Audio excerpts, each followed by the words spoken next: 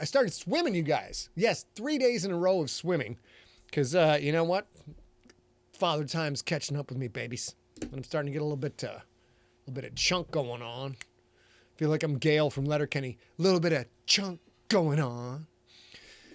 All right. Yeah, Rob's Google Vibrant. Fucking guy. Fucking that guy. I swear to God. All the time. Now I know I have a chat button here. Boom! There it is. So now we'll hang out for a minute. Carol, Richard, how are you? Shannon Chavario. It's Martin Evans.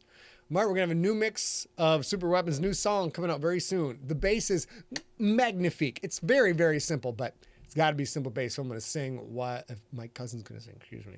While that's going on, Steve! Whoops. Ricky Berg!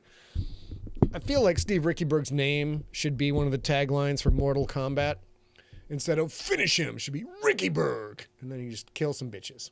4X, what's up? Yeah, 4X, your ideas, no comment, son. No comment. As always, no comment. Rob, watch out for this guy. He's a pain in the ass. Oh, yeah, and I am drinking scotch, but out of a coffee mug, which I did to promote. Let's go back to me. I did promote this product tonight that we have, the James Keeling coffee mug. It's sick. It's dope. It's over at scottslegal.com/shop. So I'm like, you know what? I'll put my scotch in here, and then I can have my scotch while plugging merch. What I didn't realize was when you chug 2 pots of coffee a day and you pick up this mug and you go to have a little sippy poo, which is like, I'm like a three gulps of coffee per. And Rob, I know you're going to make fun of this. I have 3 swallows of coffee per sip. So just go for it. Just get it out of the way. Except I forgot there was scotch in it. It did not end well, but my nasal passages are remarkably clear. So there is a silver lining to everything, my friends. A silver lining to everything.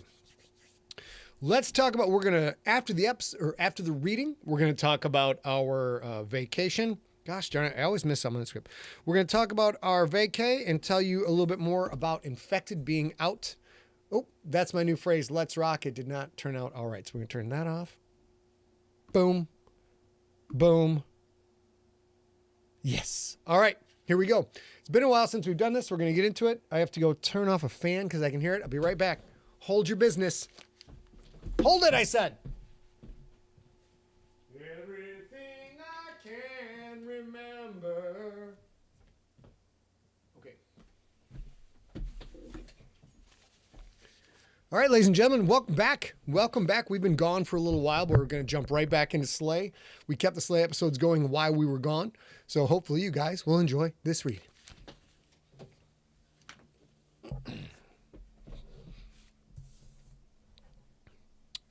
Steve, I'm hitting record right now.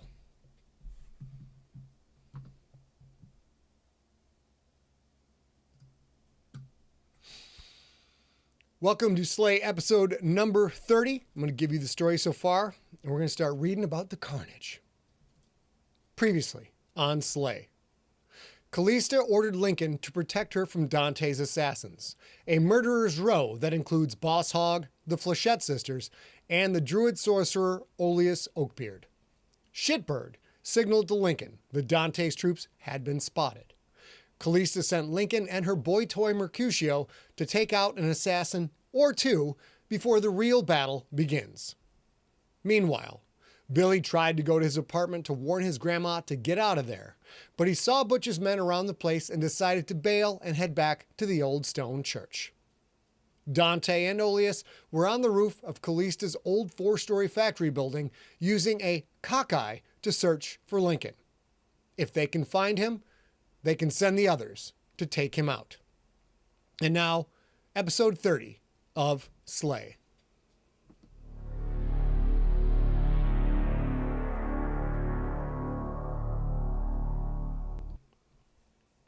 The cockeye let out a choked gurgle.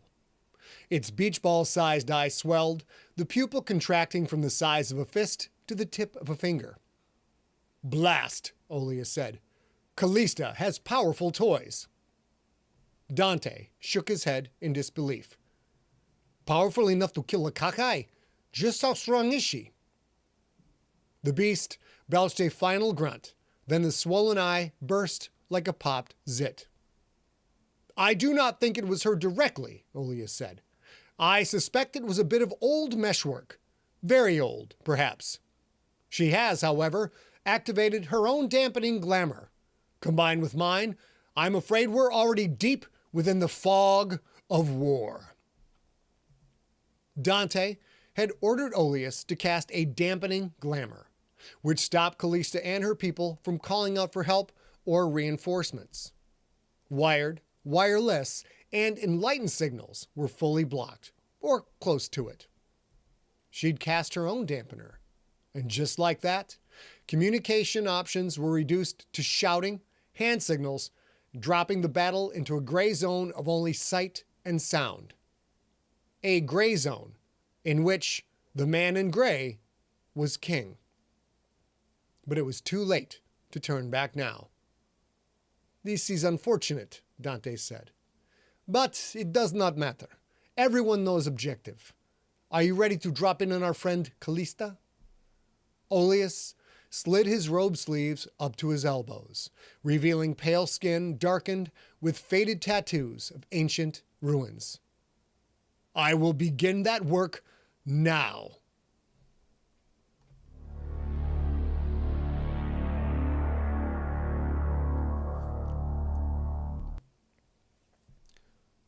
Mercutio's thumbs circled the surface of his hex-shaped medallion. The burnished bronze seemed to shimmer under his touch. He moaned low, and in a way that did not make Lincoln feel very comfortable. "Ngao!" Mercutio said. "Blazing hells, man. Do you really got to make cummy noises when you do that thing?" They stood in a secret passageway that apparently opened up behind a dumpster across the street from Callista's building. The club was in the building's basement. Below the club, a real-life maze. Damp stone walls, torches spaced out here and there, the works. Lincoln should have guessed Callista had a maze, what with a minotaur being her bodyguard and all. Mercutio's closed eyelids twitched and fluttered. His hips twitched forward like he was lightly humping the air. "Man, you are so nasty," Lincoln said. Mercutio's eyes opened. "The cockeye is dead." He slid the medallion into an ammo pouch of the combat webbing strapped over his form-fitting black armor. "Dead? Seriously? Those things are pretty indestructible." "Mostly. They are old magic." Mercutio patted the pouch holding the medallion. "I have something even older, Jurogumo meshwork." The very mention of that word made Lincoln's skin crawl. "Are you crazy, Merc? If the Bastion catches you using that spider shit, you are toast." Mercutio grinned. "You don't say. And what, exactly, do you think your precious hatchet is made of?" That took Lincoln aback. "Bastard Maker isn't Jurogumo meshwork.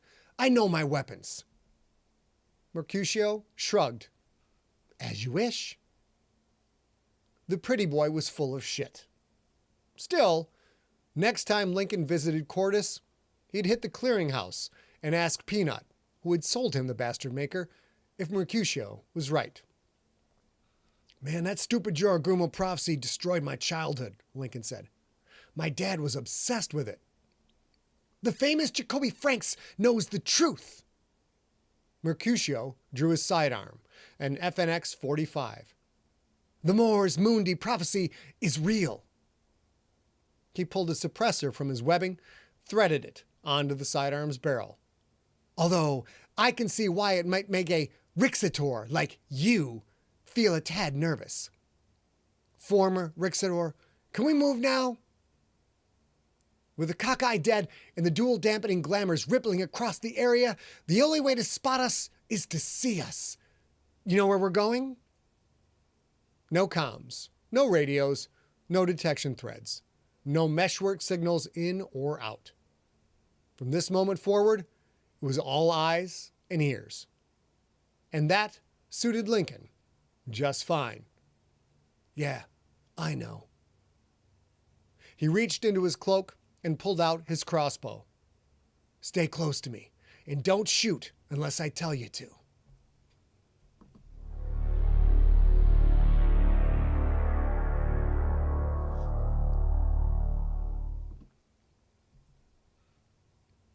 Despite the night's cold, sweat drenched Billy's clothes.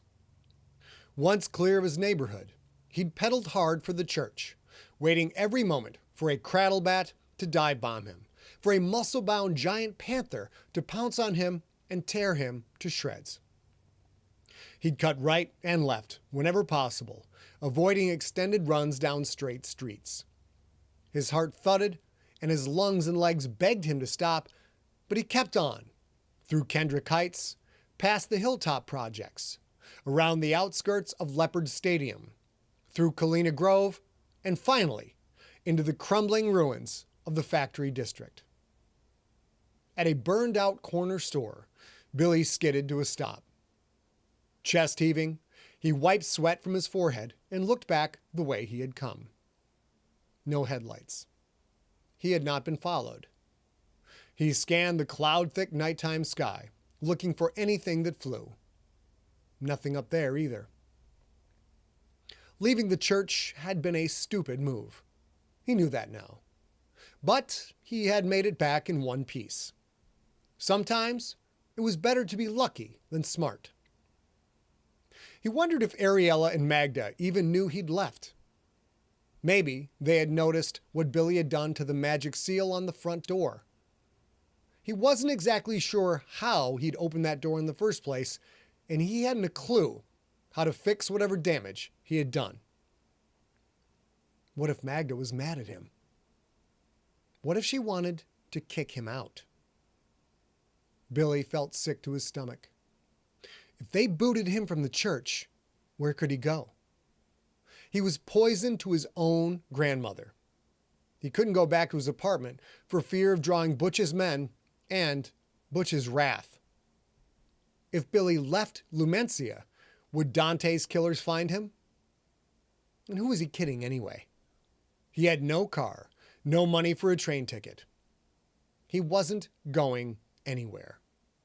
He'd be homeless and hiding. Unless he had broken through the church lock. Could he do the same with regular locks? Maybe he could steal some money, use that to get out of town. Maybe. Billy saw the old stone church up ahead. He'd once thought that sign out front, with its partially misspelled words and plastic letters littering the ground, was a stupid thing. Now, it was a beacon drawing him in. The bell tower rose up some 30 feet, a veritable stone skyscraper in this area where the church was one of the only buildings left standing. Billy ditched the bike behind a collapsed brick wall, then walked the last 100 yards or so. He glanced over his shoulder, looked left and right and up. No one there. He walked up the chipped concrete steps and put his hands on the door, thinking about the seal's meshwork, trying to let it know he was there. The seal responded. Pale blue energy vibrated around the door. Billy saw the fibers within the light. He had ripped at them, which made his hands hurt like he had pulled at razor wire. He closed his eyes, tried to visualize the threads, visualize the fibers. Not knowing what else to do, Billy tried to will the door to open for him. "It's me," he said softly. "Open up real quiet, okay? Real quiet. Don't wake Magda. So quiet even Dragon don't hear. It's me. Please, open." The pale blue energy fluttered, pulsed erratically with emerald green and lemonade yellow light. Then it faded out, and Billy knew the spell would allow him to enter. He'd have to figure out how all this stuff really worked. That, alone, was reason enough to stay at the church with Magda and with Lincoln. And with Dragon. It hit Billy all at once that if he left or if he was kicked out, he would never see the little dog again. The thought made his heart hurt. Billy had never had a pet. When he had stormed out and left Dragon sitting in the entryway, his frustration and fury at Lincoln and Dante had masked a deeper emotion, a stronger one. Billy had fallen hopelessly in love with that little black-furred wiener dog. "I'll make it work here," Billy whispered. "I'll make it work." As quietly as he could, he turned the handle and gently pushed the heavy door inward. Billy felt a small, cold circle of metal press against the back of his head. "Surprise, motherfucker," Butch whispered. "It's been a minute."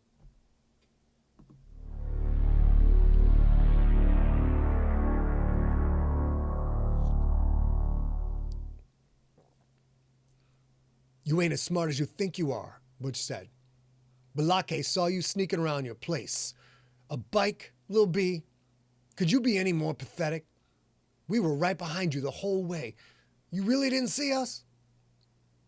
If Billy wanted to shake his head, he couldn't, not with Money Monday pressing a pistol barrel against his temple. "No," Billy said, watching Money out of the corner of his eye. "Not a bit." Well, fuck the Chrysler 300. Butch needed to get a truck like Boss Hawg's. Hawg had said that he had made it stealth, I say, stealthy as hell. Butch drove the truck with Money in the passenger seat. Balake and the boys had packed into the truck's bed. A tight fit for 15 guys, but they had managed. Through the windshield, Billy's hands had looked all cut up, oozing weird orange shit that evaporated into an electric mist. The glow made it child's play to follow the boy, even when Billy rode his bike through side streets and back alleys. Seeing that mist, and, Butch suspected, being able to drive the big white truck at all, probably had something to do with the dabs of nurple he and the boys had dropped. So much crazy, magic shit in the neighborhood. Had that stuff always been there? Butch had no idea. The talking mailbox had been one hell of a trip, but it was nothing compared to seeing Boss Hawg's true form. Dude had the head of a boar, complete with tusks, a hairy piggy nose, and pointy ears poking out from under the white cowboy hat. "Balake," Butch said. "Leave Clarence and Z-Man out front. Send Durante and Mac around the back. Get everyone else in here and keep them quiet." Balake slid past the men filtering in through the front door. The rolling outlaws found space in the church's entryway, gathering on one of those candle things that people use for prayers. It was also a charging plug for an EV, which looked out of place amidst the stone block walls. Butch kept looking around, searching for what Boss Hawg had warned against. A protector. What was a protector exactly? "You'll know it when you see it," Boss Hawg had said. The gold ring Hawg had given Butch was supposed to bind the protector, magically tie it up and render it helpless. Hawg even made Butch remember magic words for the thing. Hic Menebenis. The last of Butch's men entered the church. Balake pulled the front door closed. Butch turned to face Billy. "Keep real quiet, little B. If you don't, Money will put a bullet in your head. Anyone home we should know about?" Billy's eyes remained fixed on Money's gun, a side eye of pending death. "Magda's here," he said. "You don't want to meet her. Believe that. You should just go." Butch leaned in close. "Magda, huh? You think some bitch is going to get you out of this?" Billy said nothing. "This asshole killed Big Hack," Money said. "See if Hawg will let us ventilate his tiny brain." Butch pulled his cell phone from his pocket. "Lil B, the guy we're working with told us not to kill you right away." He hit Hawg's number. "This call I'm making right here, Billy, it might be your ass." The call went straight to voicemail, signified only by a single beep. "We got him," Butch said into the phone. "Let me know what's what." Put the phone back in his pocket. A deep dog growl made the hair on his arms stand on end. He looked toward the double doors that probably led into the church proper, expecting to see a Rottweiler, maybe even a goddamn wolf. But instead, in a doggy door, down on the floor, he saw the head and front legs of a little wiener dog with long, flowing black fur. Its tiny lip curled up from tiny white teeth. "God damn," Money said. "Little dude's growl so heavy, he's like the Ving Rhames of canines." The dog didn't trot out of the door. It stalked, crouching down low, hackles rising up on its back. "Dragon, get out of here," Billy said. "Run!" Urgency in Little B's voice. Urgency and desperation. "Dragon," Butch said. "That's a dumb fucking name for a dog." The dog growled louder, a disturbing sound that seemed to make the stone walls vibrate. The long, little body started to tremble. Butch?" Money aimed his pistol at Dragon. "Is it me, or is that dog getting bigger?" Butch stared. Butch blinked. Yes, the dog was elongating and thickening. The head, eyes, and teeth grew larger. A sound like hundreds of chicken bones snapping and fracturing. The dog's long fur seemed to clump together in bunches that widened, hardened, pointed backward to lie flat against the burgeoning body. It took only seconds. Where there had been a fluffy little wiener dog, now sat the coiled form of a... "That is a motherfucking dragon," Balake said. "A skinny one, like they got on the menus at Dynasty Chinese. Am I high? I think I'm high." Fur had become scales, hard and gleaming and black as night. Little paws had become chest-wide claws tipped with daggers of pointed onyx. Soft eyes had become merciless things, eyes of anger and fury, with huge spiked eyebrows. Thin little whiskers had become wavering tendrils, like those of a massive black catfish. What had been all of 2 feet long was now at least 15 feet long, solid muscle and pure malevolence. "Holy shit," Billy said. "Holy shit!" The dragon coiled tighter, rose higher.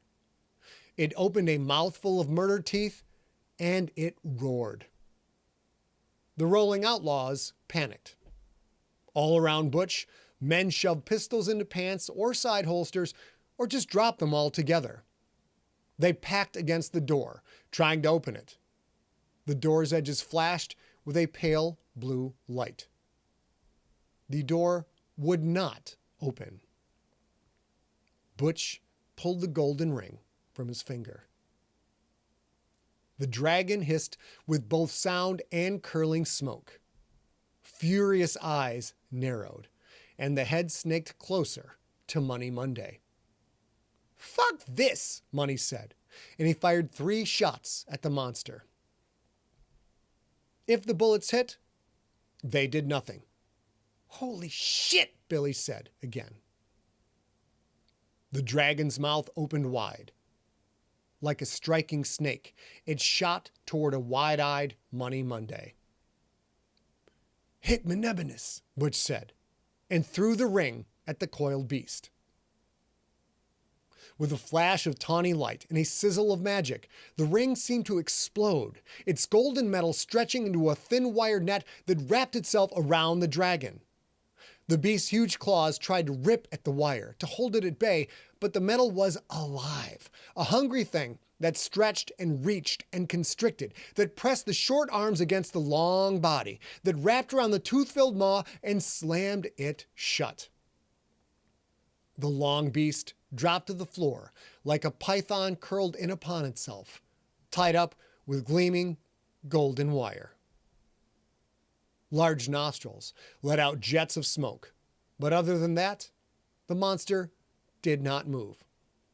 "Shit," Balake said. "Butch just Spider-Man the hell out of that ugly thing. Am I high? I think I'm high." The rolling outlaws were still shoving at each other, trying to get the front door open. "Knock it off," Butch said. "I took care of it. Pick up your goddamn guns." Heads turned. Terrified, disbelieving eyes stared. Hands snatched up, dropped weapons. "This is some crazy shit," Money said. He aimed his pistol at the big head, fired 3 more times. Nothing happened. The seething, bound dragon blinked its hateful eyes that bore into Butch. A quizzical expression darkened Money's features. He looked at the pistol in his hand. "Is it getting warmer in here?" He then yelped, tossed the pistol away, and waved his hand like it had been stung by a dozen bees. The others cried out as well. Butch, again, heard weapons clattering against the floor. "Man, that should burn my hand," Balake said. "Butch, what the fuck is going on?" Butch hadn't a clue. The air above each gun shimmered from heat.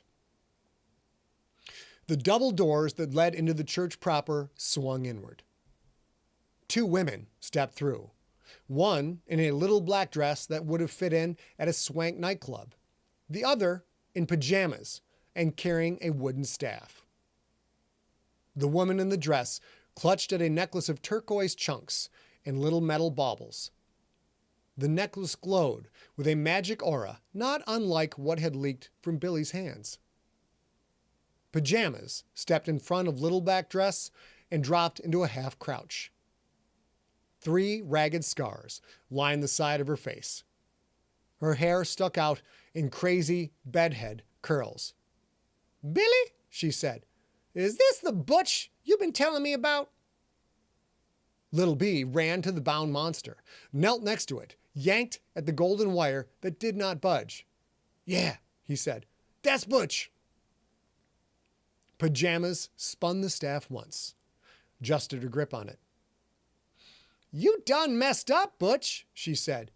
"You and your boys messed up real bad."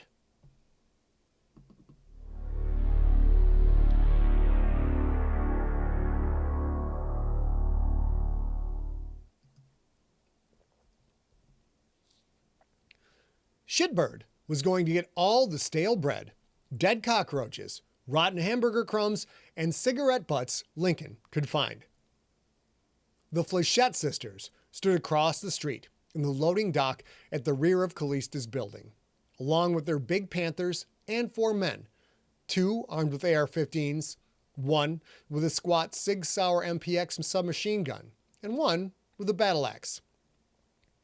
"We should have brought more people," Mercutio said. "Shut up," Lincoln said. Before the double dampening fields locked down, Shitbird had channeled thoughts of the loading dock to Lincoln. The crow had also spotted Dante and Oleus Oakbeard, and Oakbeard's cradlebats. Lincoln had felt the bird's fear. If the old water tower Shitbird perched on hadn't been caked with droppings before, it surely was now. Thanks to those dampening fields, no more aerial reconnaissance from the crow. Lincoln could see the Flechettes, but from street level, he could not see if Oakbeard, Dante, and Dante's thugs were still up on the roof. Not knowing where the druid was made Lincoln more than a little bit uneasy. "Is your connection with Callista strong enough to cut through this interference?"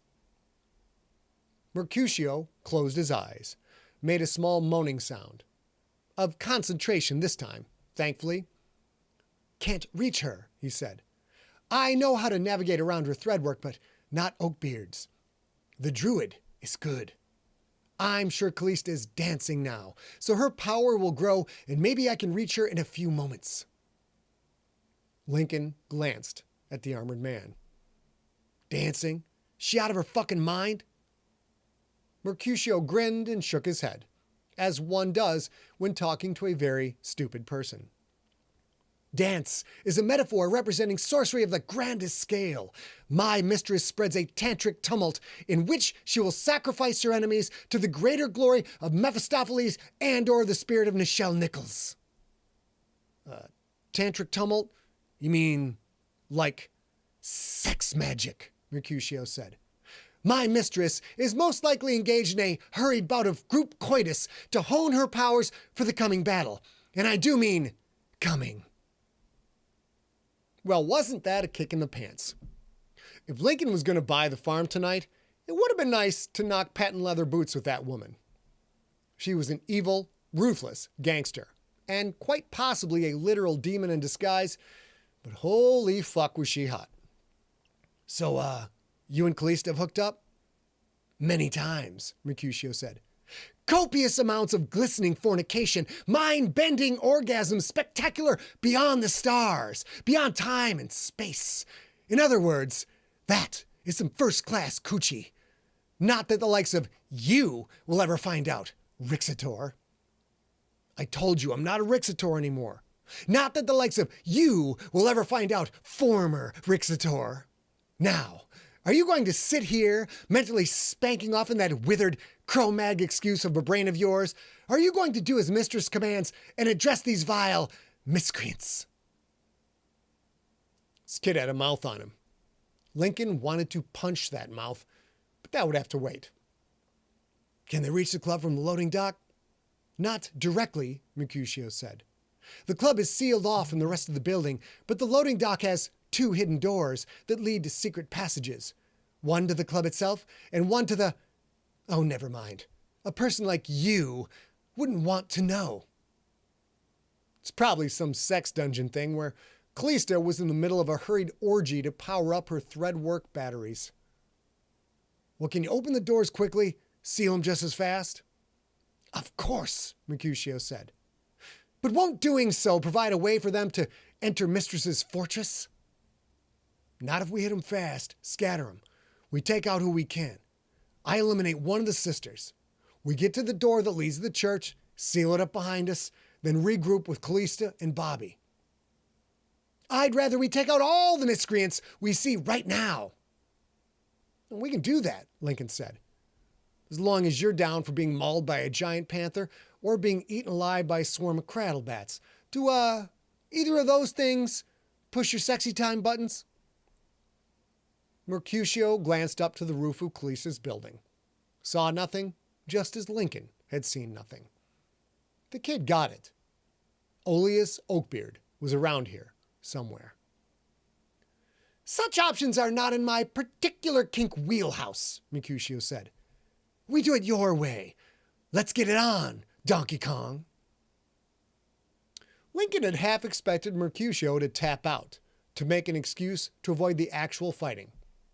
Surprise, surprise. I'll lead the way, Lincoln said. As soon as I engage, you get to the door that leads to the dance floor. By the time you get it open, I'll be there. If you get a chance to take out any of the goons, do so. But do not engage the Flechettes unless you want to wind up as panther poop. You got it? Mercutio nodded. He was scared, but also focused.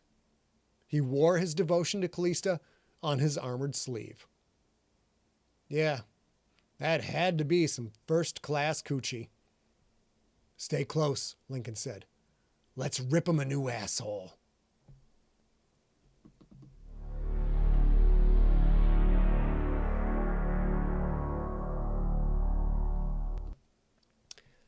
That finishes episode 30 of Slay. Episode 31 is going to get into a whole lot of bloodshed and other fun. Hope you join me for that. Good day. And the recording is off. Come on up, babe. Babe. Come on up, babe. One screw up in the whole thing. Only one screw up for the iceberg to get through. Almost perfect. I don't know if we'll ever get a perfect one. Thank you, Shannon. That's a very fun episode. And the next one's going to be... One more time. Bug nuts fucking crazy is what it's going to be. Let's get this off. I have... Oh, let's get this out of here. We have microphone condoms, you guys. You got to wrap that rascal. Okay, these are not. This is a microphone condom right here. It's my microphone Jimmy hat. I'm not going to say there's anything in it. Oh, hello, darling. Oh, Lord. How are you? There you go. Ladies and gentlemen, look who just walked in.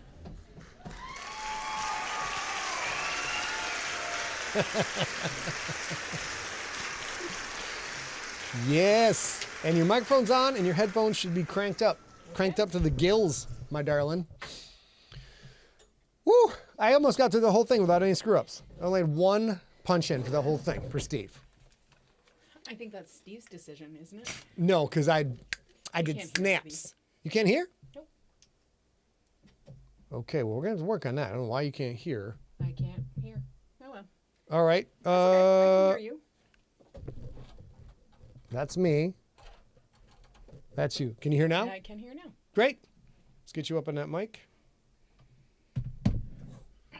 All right, everybody. We're going through our stuff here.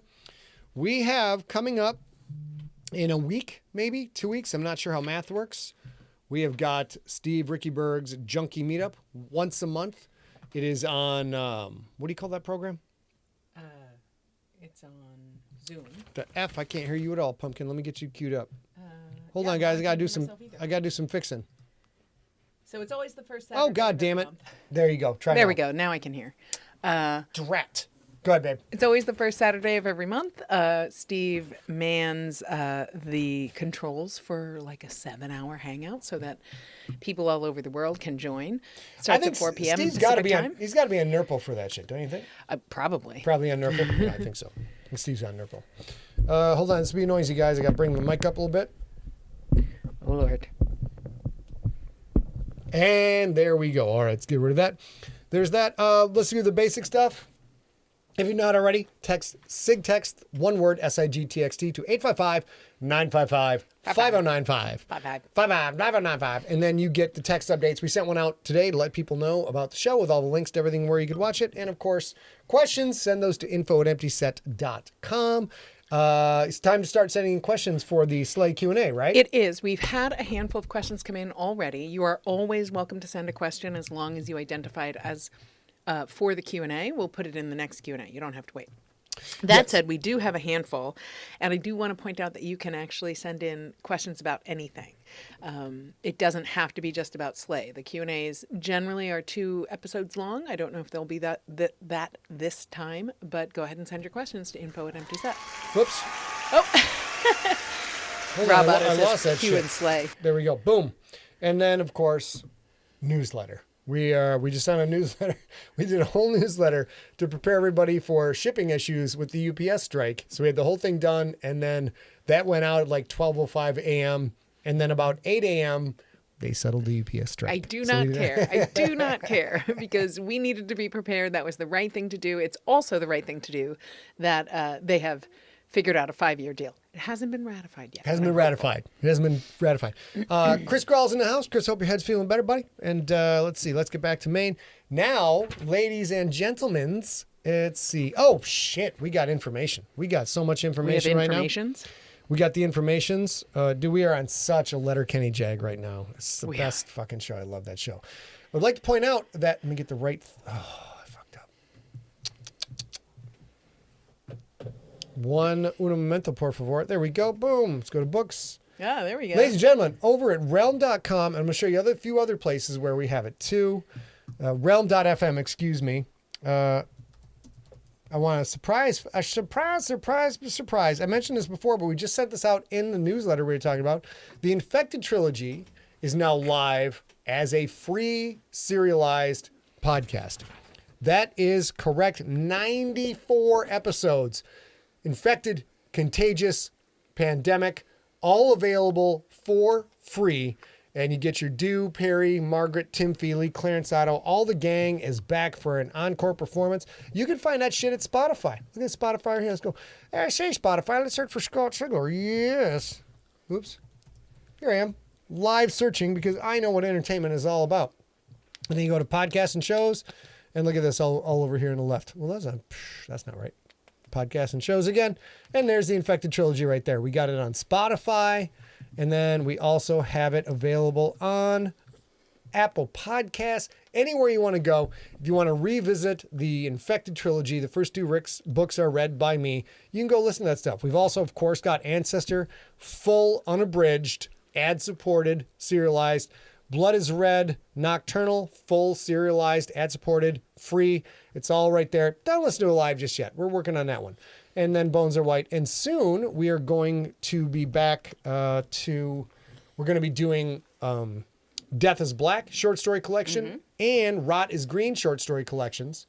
And those are going to be sweet. And those are what are going to follow Slay Season 1 until we get to Slay Season 2, where the fun really will jump up a notch.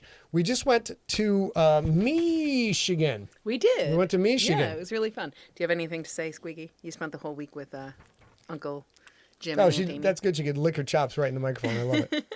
I love it. The Squeakies, I missed the shit out of my puppies, you guys. I'm not going to lie to you. They're so sweet. We did get to hang out with a couple of puppies. Scott's brother has great dogs, and sister-in-law has great dogs, and our nephew and niece, Tyler and Emma, have the sweetest dog you might see. Rob Tinnarella's in the house, or at least he was in the house. Dan Baker and I played football with Rob Tinarella, and a lot of football conversation this weekend, Rob. Lots and lots and lots. All right, let's now go to, I think I have to go to... It looks like Facebook chat is maybe back up. I'm not really sure. Sespresso, what's up, buddy? Oh. How you doing, man? Hello. FB chat, are you there? All right, Hey, yep, Chris. Rob Tinnarella's in the house. There we go. All right, now we are going to Junkies. We're just going to go over, you know what? You know what it is? You know what it is? You know what it is? You know what it is? You know fucking Beautiful. sick A and I are at being cool and entertaining people. We're going to show you a slideshow of our vacation. That's how... I just wish I had the Kodak carousel right now. And they're like, oh, wow, picture of a stripper. How did that get Tracy, in there? nice to see Hey, you. Tracy, what's up? So we're going to show you about this picture right here. Go ahead and tell them what that is, baby. So this is Mullet Lake in Sheboygan, Michigan. Boop. And you can see there's 2 chairs out on that dock. This is where where Scott and Rob Otto, who is in the chat on Facebook, once a year we do a writing retreat. And I am kind of the dorm mom. I do the cooking. I do all the errands. I do stuff like that. And I know that you guys are going to think this is not real, but they work like 12 hours a day at minimum. And I kind of cook too much food for them and leave them be. And this is them, I think, at the end of the Sunday. So we arrived on a Saturday. We checked in at 4 p.m. The boys got to work at the table, kind of talking about what they would discuss, and then they went to bed at 1 a.m. Yep. Me and Rob crushed it. And that happened all week long. I goofed off. I hung out with my in-laws. I hung out with my my favorite girls, Sandy and Jackie Baltzer, who are Jackie Baltzer Ross is Sandy's daughter. They took me to Mackinac Island, which is where Somewhere in Time was filmed. It was fantastic. Great Chris Reeves movie. Yep. And here's Rob and I after a couple of drinks towards the end of the night. So what you see here... What is it? If you don't know, they're wearing the armrest covers. Those are armrest covers because Rob, Dr. Daniel Baker, PhD, Rob Otto, mentor to Youth of America, and me, best-selling author. When we were in high school, we had a thing called the Armchair Lodge, where we're sitting around one day, and I believe it was Kurt Klein, took one of these old people chairs with the armrest covers that are the same fabric as the cover, put that on his head, and went, "Hey, you guys, it's like I'm in a lodge. It's like the. I took that photo and I didn't know this until just now. Hey, you guys, hey, you guys, we should start our own lodge." And we were excited because if Kurt Klein's going to suggest, our high school friend Kurt Klein is going to suggest starting a lodge, I'm assuming we have to wear outfits made of human skin that people we have killed in skin. So he's like, whatever Kurt says, we'll wear those things. And this is how it all started many, many years ago. So we had to, because there were armrest covers. I love this stuff. We had to It's like the salute. It makes me so happy. Revisit the fucking Armchair Lodge. And we look dumb. We look incredibly, incredibly stupid, ladies and gentlemen. All right, next picture. This is Rob and I have been able to witness in our periodic visits to Sheboygan, our hometown. When we were there, it was a flourishing small town America, a packed downtown with all kinds of different shops and stuff. Pre-Amazon, there's never really been a major mall issue in America, but like it was a fucking great place to grow up. Frankly, there wasn't a lot to do, but there wasn't a lot of trouble to get into. Then when we left, probably because we left, the place sort of fell on hard times. The mill closed. Literally, that Bruce Springsteen song happened to us. Mill closed. Town was on real tough times. Downtown was just mostly boarded up, frankly. And then in the past, I'd say the past 10 years. Well, I remember when you went... for the reunion? I forget. No, it was before... It might have been for the reunion. We went for Scott Christian's dad's funeral. And did Sheboygan Brewery exist then? It was a crater. Place was a crater. So at your reunion, that this Queen's restaurant, the Queen's Head, which is a bar, it's like an English pub. It was like the first thing in the hometown where they started to revitalize the hometown. So some crazy English dude moved in and started a bar, which is now nuts. We'll talk about that some other time, but the whole town blowing up. These are people we went to high school with.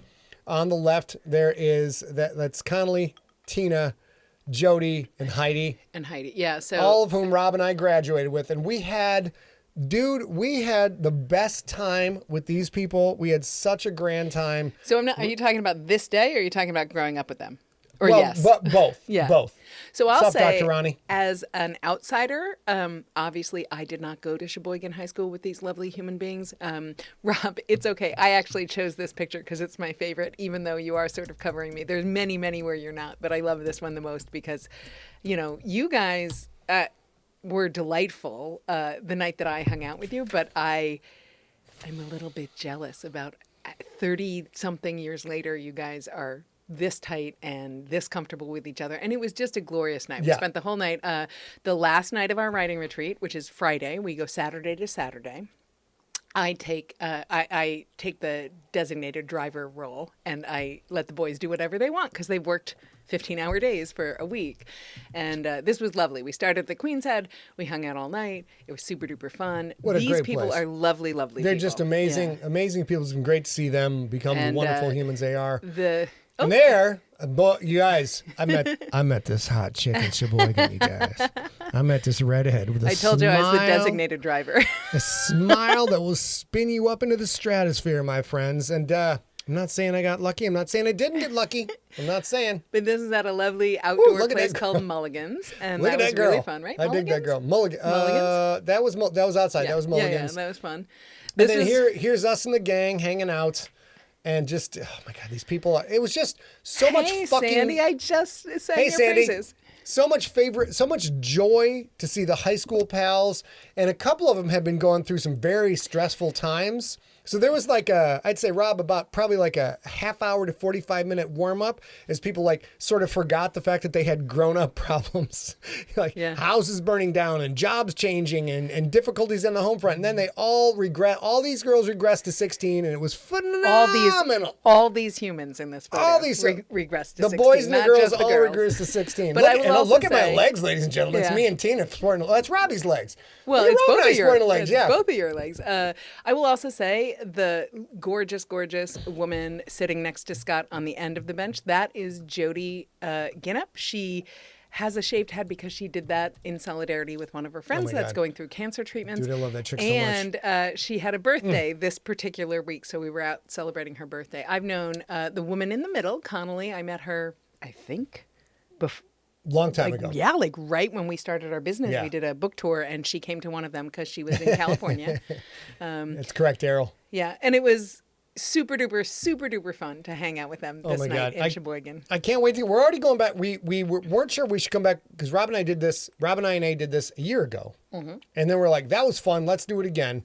And don't let me forget, I got to talk about what we covered. Rob and I covered. Mm-hmm. But we went back this year and for the second time, look, when Rob and I go to Sheboygan, we're throwing a party. That's just the way it goes. We threw the party, and a bunch of old high school pals came out, hung out, and then we got to hang out with all these lovely humans. And it was just great. So we'll be back. We'll be back next year for sure. Ladies and gentlemen, I got to talk about this picture for a moment. You guys. You saw that other photo that I took of us, the selfie outside, which you guys- is a gorgeous photo of both of us. You guys, This is his can we favorite talk photo about from this? the whole Can we trip. talk about this picture for a moment, ladies and gentlemen? This picture gets taken, and I swear to God, I was not flexing the guns. I was not being like, I gotta pose. And I look at this picture, You were and not the picking light, up the phone like this. mwah, mwah. I wasn't like, the beach. Is that a way? Does anybody want to borrow a pencil? It was nothing like that. I saw this picture. I'm like, this is my favorite picture of this phase of my life. I'm hanging out with a hot redhead, and my guns are just bumping, son, bumping. So I'm pretty tickled. So pleased with this blurry photo. And I forced it. And he took a bunch of pictures of me and Rob and Connolly and everybody dancing. And I said, we're never showing this shit. He actually said you can Delete never this share shit. these unless Never. I approve. Ever share these middle-aged people throwing down at a bar in Sheboygan with a band being played for who is the little brother, one of the guys we graduated with. So we just threw the F down. And it was great. But ladies and gentlemen, the guns. That's all I can say. Look, the guns look fucking on point. So therefore, this is going to be my new profile picture on all my social media. It's going to be a close-up of my arm. That's it. Get a little bit of A's hand in there. It'd be nice. All right, let's go back to here. Let's see what else we got. Okay, so this is... Those are my, yep, go ahead. That is my niece, Sydney, on the left. My beloved mother, Carol, in the middle. Ma Sigler. On the right in the recliner, as he should be, is Coach Sigler, Admiral Sigler, who's not. We'll talk about that later, correct? Yeah. So that is Coach in the middle, back. and then on the far right is my niece Riley, And that is Millie. and Millie in the middle. Millie is Sydney and Riley's dog, and oh my gosh, what a super fun time that was! And that It pup, was. that pup has life dialed in, you guys. Yeah, this was a really, really fun time. Tinderella, Rob, Tin Man, no one's ever going to see that fucking, no one's going to see the video of me and Rob dancing at the Johnny's Bar in Sheboygan. It's not It going to was happen. super It's not going to fun. happen. Nope. Next, and then, ladies and gentlemen, tiny the baby. newest member of the Sigler household, dethroning this lovely creature on the right. It wasn't me. It was Maddie. Oh, Maddie, that's Yeah, right. it was A is Maddie. now the third youngest Sigler. Newest Sigler. Third newest Sigler. That's right. Thank you. The newest Sigler. And that young man sitting in the middle there is none other than Big Tiny. Big Tiny. This is Big Tiny Sigler. He is 7 months old. He is absolutely perfect. And It's awesome, Doc. we are, oh my goodness, so in love with him. And yes, he already has Rob, not more only does he hair already have than more Uncle hair than Scott, how old is he? 6 months? 7. At 7 months. At 6 months. At 6 months, he was bigger than I was at a year. And we know that because when we were, we spend 2 weeks in Michigan every summer. 1 whole week is a writing retreat that we just mentioned. And then the second week is us visiting Siglers and hanging out with family and having fun, which is why we didn't have Sigler Kim, in I'm place. extremely comfortable with my own family kids. Mom dumped this on us. It's my goddamn baby book. It's gorgeous. It's so fun. This will be a whole nother show, but there's a growth chart in this motherfucker somewhere, and I'm a tiny person. Hey, Scott Pond. I didn't realize in that- this, his mom wrote at 1 year old his pediatrician's visit. He was 18 pounds. Basically, we already know that you were a tiny young man. the pediatrician was like, "Are you even feeding this kid? Jesus Christ, Carol!" The lovely thing about it is Carol, his mom, Carol's brother, was a pediatrician. Well, he's retired now. He's, I guess, still a retired pediatrician. And I have heard a story from his mom several times hanging out where she was like, "Oh, he's not eating anything." I didn't eat nothing. And I her was like, brother "No." would say, like, "Carol, he'll eat. He'll eat. He won't Kid- starve He's not himself." gonna starve himself to death. That said, when Scott was a year old, he weighed what Big Tiny weighed at 6 months. So we call him Big Tiny because Big Tiny, he was in the 99th percentile of height has and dropped weight. to 90. So he's fallen off to the 78th percentile of weight. He's still in the 99th percentile of height. Yep. So we very well could be looking at a future offensive lineman, or I'm totally down for a future plus-size ballerina. Whatever the man wants to do, I'm down. He's the cutest little booger in the whole world. Let's He's see great. some other photos, maybe. Junkie pics, get there, and I think we can do this. Ladies and gentlemen, I came home from Michigan with a hickey on my forehead. A hickey on my forehead. I had nothing to do You with can it. see it there if you look closely enough, so directly above my left eye. But what happened was, What happened was, see this little squeaky toy right there? That was one of Rhett's favorite toys. So since I have a bald head, I decided to put the bald head to use. And I stuck the squeaky toy stuck it to his my head, and then I spun it for my nephew, who thought it was fantastic. My nephew has exceptional taste. He thought I was the most interesting man on the planet. Except when I took the thing off, I had left a hickey on my forehead that my family commented on for the next 4 days. So I do have to say, Scott's second week of vacation in Michigan turned out to be a tour of several emergency rooms. I had a migraine and I had to go to the ER to get help with that and an IV to help treat that on the Sunday. And then when we were here visiting with Big Tiny and his wonderful parents, we had a little scissor accident and had Big Tiny's papa had to go get a couple stitches. 2 ER trips. And- 2 ER trips, you guys. And Scott was integral to both of them because I mean, I don't know if you've ever had a migraine. If you haven't, you can't see, you can't hear things. It's terrible. So Scott had to do all that. And then like 3 days later had to do it all over again and try and be cool and calm under pressure. So thank you so much for that. But yeah, it was really, really fun, except for maybe the ER trips. Maybe. Yeah, I'd rather have less. I'd rather have fewer ER trips. Although I was figuring by the last day, I'm like, I'm gonna make a 30 ER trip. I'm gonna come away from Michigan with a fucking hat trick. Would have been awesome. Would have been awesome. All right, next picture. Oh. There's my man. There's my man. What And a this is happy the sweet first baby. time I got to see Rhett, and the first time Rhett got to see me. And as you can see, we're both pretty fucking happy right here. Mm-hmm. Rob, I forgot to tell my nephew Tyler that I had also, Rob was there when I cut my finger open. We were making a model for Gen Con. Mm-hmm. And I cut through some plastic piping of a model kit. And when it wouldn't go, so I really reefed on it. When I hit it, 4 stitches in my finger. It's the only time I've been to the ER. But doesn't count for a hat trick. Shut up, goddammit, Dan Baker. We're not the same size. Fuck you, Dan Baker. I am larger than that kid for at least another 7 months. So fuck you. All right, that's a happy kid. He's a great man. I'm so happy. Anyway, we're back to the beginning. We're back to the beginning. So let's go to Maine. We're just shooting the shit here at this point. We got a couple minutes, so I'm going to cover real quick the ridiculous amount of work that Rob and I put in. The first thing I have to talk about, guys. and A can comment on this. I have an incredibly difficult time focusing. My ADHD is like, I'll be writing. Fuck you, Scott Pond. No one fucking likes you. No, it's not a baby only Scott, you fucker. Hit that fan, sweetie. So I have an incredibly difficult time focusing, and it's gotten worse as I've gotten older, and we're trying to deal with it. We've got a lot of strategies involved to deal with this, trying Adderall, different shit like that. So I'm trying to make sure I get the work done so we can keep living the high life in this tiny little hot office.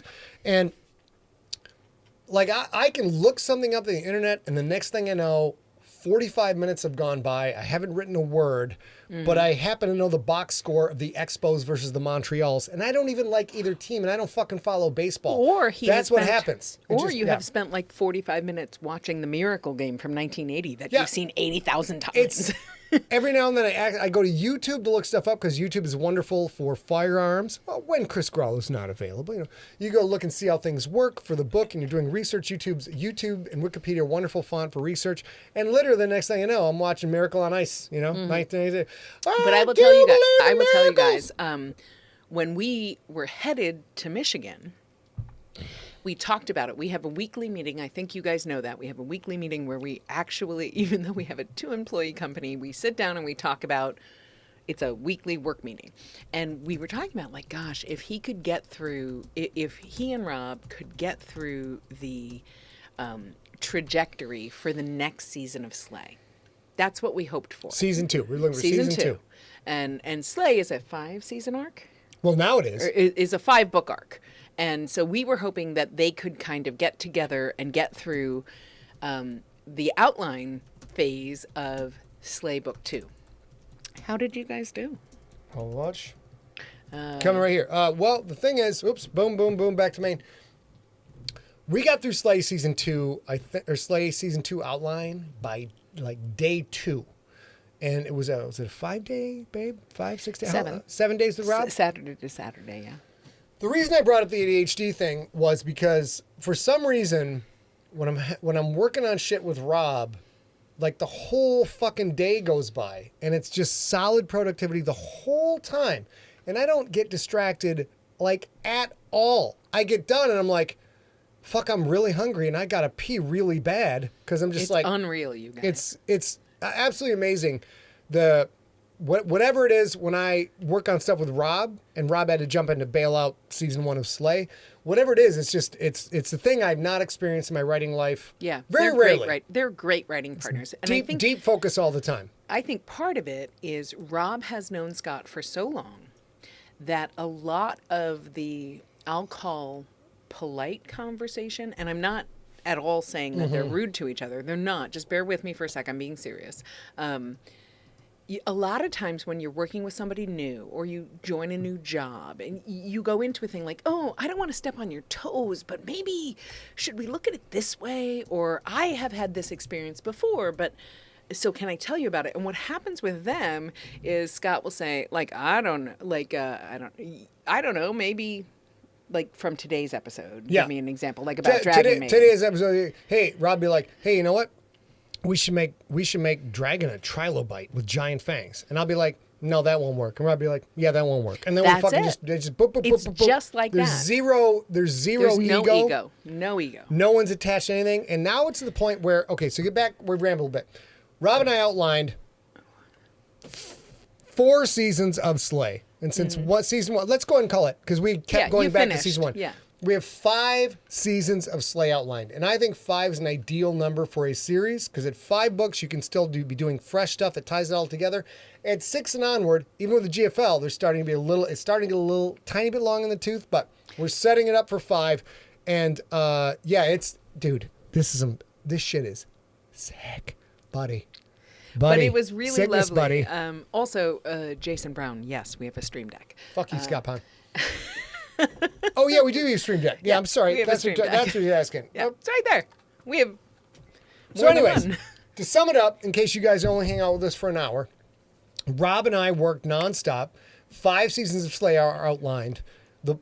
I will say, not to toot our own horn, but I will say the plot threading and foreshadowing and the build-up to a finale that is better than any finale I've ever written. And ladies and gentlemen, I have written some goddamn good finales.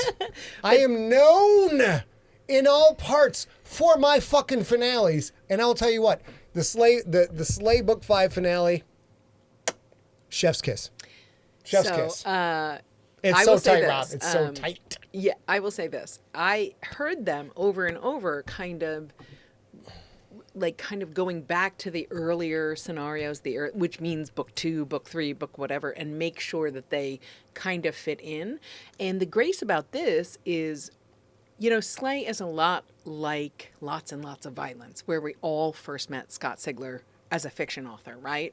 And it's super fun, and it's a little lighthearted, and it's a lot serious. And they took it completely seriously all week, talking about Nurple and dragon, weirdness. And I love that because Scott has had a sci-fi career, and this is a little urban fantasy-ish, somewhere in the middle. And it was beautiful to watch, and I can't wait for you guys to hear the stories. I'm calling it Buffy meets the Mandalorian meets Letterkenny. That's what I'm now calling Slay right now, because if you guys have not watched Letterkenny, clearly the fact that you're watching us right now means you are highly educated, highly intelligent people. Highly intelligent. And I think you might actually enjoy Letterkenny if you haven't watched it. The depth of dialogue in that show is unlike anything I've ever seen. So and that has influenced me.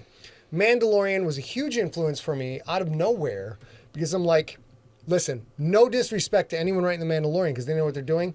That is a incredibly simple, predictable story with very few surprises. It's formula, and it's stripped down Nelson. formula. And where Mandalorian is very thin on dialogue because they just don't need it. Letterkenny is very heavy, dense on dialogue. And then of course you get the supernatural, like the whole Buffy thing. So we've got all that thrown. That's what Slay is. And to sum up, by getting all 5 seasons outlined with Rob, we were able to, and I still had 7 episodes of season 1, so we were able to come back and start putting threading for the rest of the whole series into season 1. So you guys know that like the Jorogumo and the other stuff that you heard for the first time today, which will be, you will know like, oh shit, I was there when Scott introduced that, and he told me that was a late ad that tied into the rest of the books. When people read the series from book 1 to book 5 and have never heard of this stream, they're gonna be like, "Goddamn, Scott and Rob are fucking geniuses. This is brilliant." But that's the what they're other gonna thing, do. the other thing is this: you guys who have heard it live, like warts and all live, when he had to do snaps and he's changing character voices and all that jazz. If you guys, choose to read or listen to the book, you will see all that work kind of thread in now that, like, as cogs in a wheel, now that they have done the work of looking at the first book and making it into 5 books with the whole through line forefront in their minds. So I'm super pumped. I really started, like, I've been writing Slay and trying to figure out where it's going. I really started to fall in love with it as a creator with his creation. I would say around episode 22 or 23, where I started to get, I'm like, okay, now I'm really, go back to me. I'm really feeling these characters now. And I'm really feeling these characters' relationships. Where Rob had to come in was, I get the characters, I get the relationships. I think Magda's a phenomenal character. I like Lincoln. I think Billy's great. But I couldn't figure out how to end it. I'm like, this will be a 300,000 word book if I'm left to my own devices. And you guys know So the Siglers love girthy. I had to tag in. We still have to put out a book. But so. we tasked Rob with the mission of like, I need to, basically all these books need to be about 80,000 words or 300 pages. And I can't write another fucking 1,200 page book, you guys. It's like, it kills our business, right? So Rob was able to kind of like keep that in mind and craft it. So to sum it up, phenomenal experience. You guys, whether you like magical realism or magical fantasy or anything like that, whatever the fuck. But trust me, by the time I get to Slay book 5, all of you bitches are going to be fucking taking a day off work to read that book and slam it all at once. I guarantee it. I will also say this. Jason Brown on Facebook asks if Rob will get a co-author credit. Oh shit, I don't have the cover. 100%. We'll show it next week. Yeah. They discussed it quite a lot and decided as co-writers that... We decided as a couple. Rob and I talked it out as a couple, and we worked it out together. There was some discussion and some emotional insights. Love you, Kim. And we decided what, babe? What did we decide? So I think because Scott wrote... Bye, Kim. I think the way it ended up is Scott wrote about 2/3 of Slay Book 1 that you are hearing right now before he realized he had to tap in Rob to help him finish it. To bring in the closer. And I think they decided together that Book 1 that you're hearing right now is written by Scott Sigler with Rob on. Oh, no. Right? No. We've got the cover. We'll show. Oh, good. Can you make a note? I don't have a pen. Next week... I will make a note that will show the cover. But Next week, we will show the cover of Slay Book 1 and the cover of Slay Book 2, and we will discuss the naming of books 1 through 5, what Rob and I and A went through. Like, we got to start, we already know the series going, we got to name all this shit. We're going to discuss the influences that went into naming the books, and if you motherfuckers are 80s kids, you're going to want to tune in for that shit. And Rob in the Facebook chat. Fuck you, Rob. Says that What it's a actually dick. the question is actually Why are you such a dick? if Scott gets a co-author credit, and I think Rob has decided yes. Well, he better fucking decide yes. Fuck you, Rob. Fuck you, Scott Pond. Fuck you, Rob Otto. And fuck you, Dan Baker. You didn't even do anything, but I'll give you a fuck you too. All right.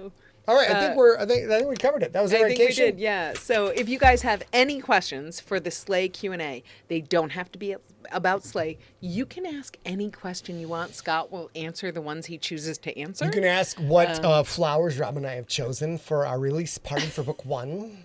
It's fabulous. Definitely calla lilies. Definitely. Fuck you, Shorzy, Steve. Ladies and gentlemen, that's it. I'm going to go get drunk, hang out with my wife, and probably play some Fortnite and watch some Letterkenny. Do both of those things. Or maybe Justified City Primeval. Oh, snap. Oh, shit. I was just about to say, I pretty much know what heaven is at this point. But you busted out the Justified episode 3. Let's get it on. Also, Chris White, I owe you an email, but we'll see you soon. All right, ladies and gentlemen, First of all, fuck you. Second of all, we'll be back Wednesday, August 2nd for Slay Part 31. It is going to be carnage. It's going to be nuts. Old school my stuff. Until then, we want you to stay smart. We still want you to stay science, you guys. And for the love of science, we want you to stay informed. Things have kind of chilled out. Things have chilled out. A&R traveling I love you, again. Jude. Things have chilled out. Jude's in the house. Brolo. What's up? We're going to see Brolo in a couple of months. But you guys are fantastic. Let's go back to Maine. Yeah. Let's get my fucking lovely, gorgeous, redheaded Irish wife on the screen. What's up, girl? What's up, girl? I'm not going to lie to you guys. I do post-show after this shit, and I go back and watch a little bit to figure out what metadata to put in every that time. I'm like, look at that girl right there. That's a sexy girl. There's a sexy girl right there. Love you This guys. one time I met a girl from Ireland. Let me tell you what's going on with her right now. Pondy, please send my love to your entire family. I Yep. know you guys have been working hard to get here. Good night, Nelzone. Good night, everybody. Love you. Good night, Dr. Daniel, big PhD. And